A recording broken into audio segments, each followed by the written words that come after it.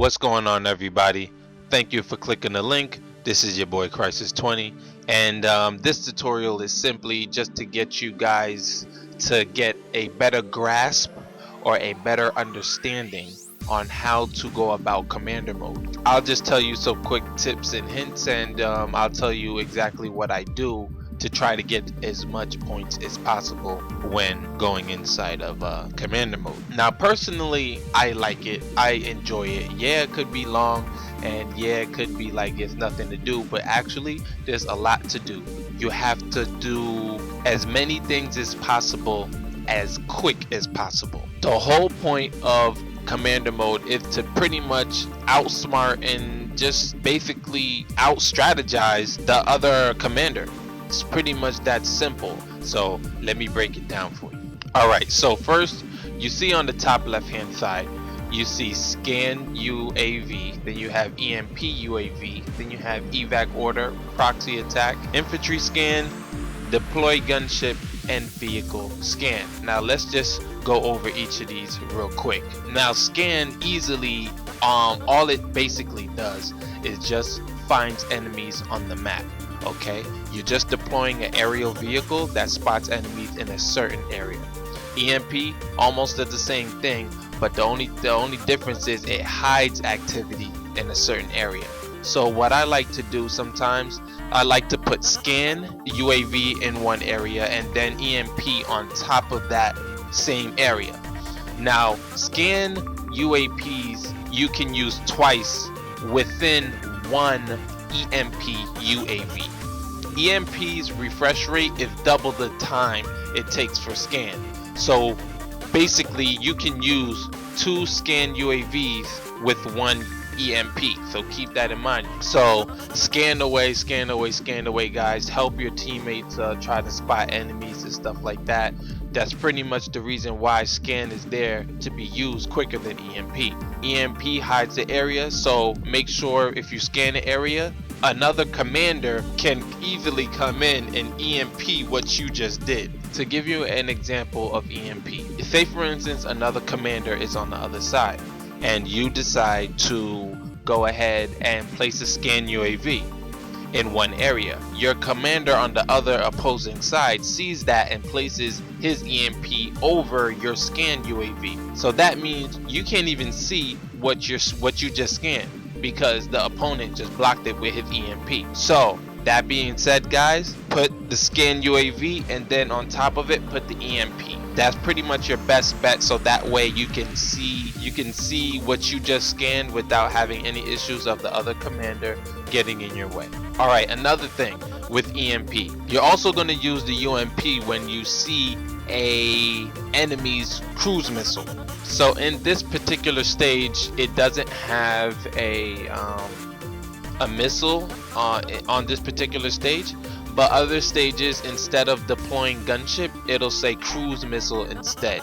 So basically you're launching a missile in a certain area. For the cruise missile you can use the EMP to block his location of where he's about to attack. So if you know that he's about to deploy his missile, make sure you place an EMP UAV in that same area that he's attacking. You would know because there'll be a big red line that's going to show the missile go all the way to that certain location of where he's about to lay the missile down on. So you can always place an EMP to stop that right away. So that's another thing EMP is used for. So let's move on to the next. Evac order is to basically tell your allies where a warning is at on the map. If you use an evac order and say, hey, there's a lot of enemies around going on in this area, whatever, let them know. If they're like snipers on a rooftop and you see them on your scan UAV, point them out with an evac order. This will let the whole team know that this area is currently a trouble spot and it needs to be dealt with, type of thing. You know what I mean? Is to just warn everybody on your team that that area is hot.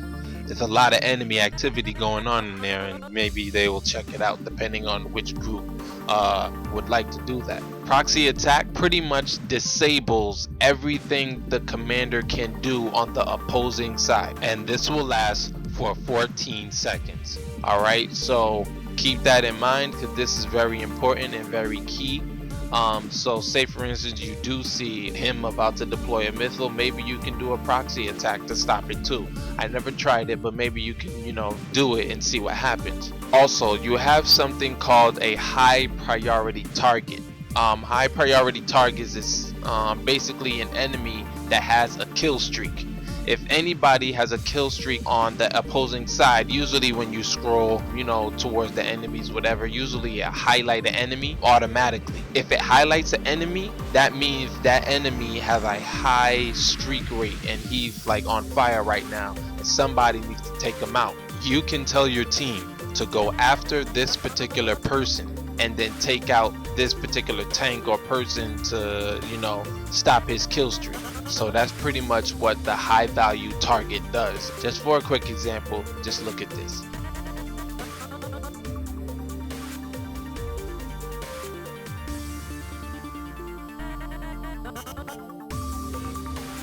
You can order different squads, different places they can go, A, B, C, D, or E.